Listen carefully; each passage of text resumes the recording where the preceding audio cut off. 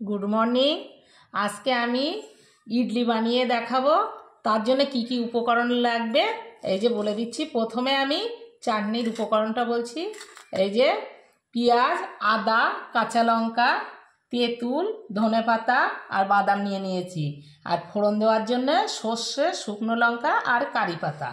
আর এইদিকে আমি এই যে আতপ চাল আর হচ্ছে মাসকলাই যত মানে আমি নিয়েছি 1 কাপ মাসকলাই আর 3 কাপ চাল। এটা তৈরি করার জন্যে যে পরিমাণে নেবে 1 ভাগ থাকবে মাসকলাই আর 3 ভাগ থাকবে চাল। এই যে আমার এটা করা হয়ে গিয়েছে। এবার আমি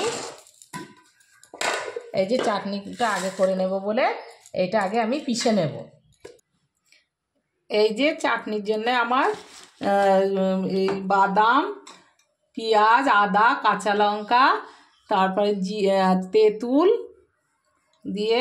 তেঁতুল ধনেপাতা দিয়ে এই যে আমার এটা পেশা হয়ে গিয়েছে। এবার আমি ফোড়ন দেব। তার জন্য এই যে একটু আমি তেল দিয়ে দিচ্ছি।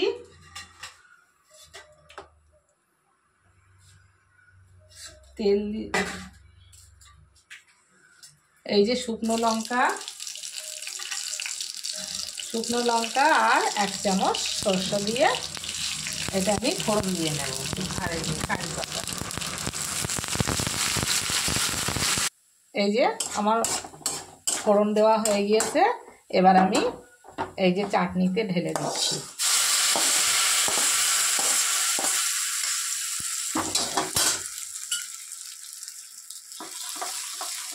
এই যে চাটনিটা আমার রেডি।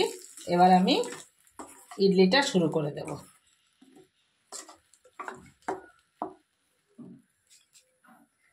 চাটনিটা খেতে খুবই সুন্দর হয়েছে। এবার এই যে আমার চাটনি রেডি হয়ে গিয়েছে। এবার আমি ইডলি শুরু করব।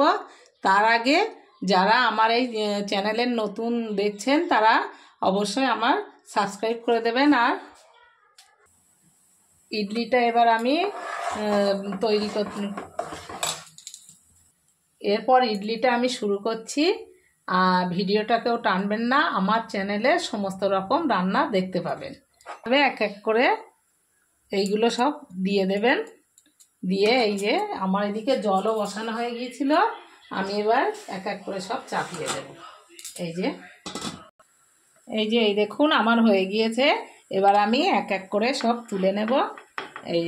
এই দেখুন সব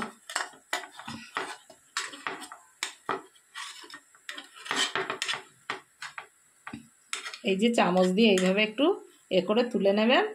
আর এই দেখুন কত সুন্দর হয়েছে, খুব সুন্দর। এই দেখুন আমার তৈরি করা হয়ে গিয়েছে সব।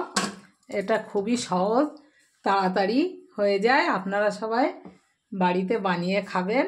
এটা দেখেন কত সুন্দর হয়েছে, কত সুন্দর ফুলেছে আর নরম তুলতুলে। আপনারা এইভাবে বানিয়ে খাবেন বাড়িতে। বাজারে কিনে খাওয়ার থেকে বাড়িতে তৈরি করেই খাবেন, এটা স্বাস্থ্যের পক্ষে ভালো।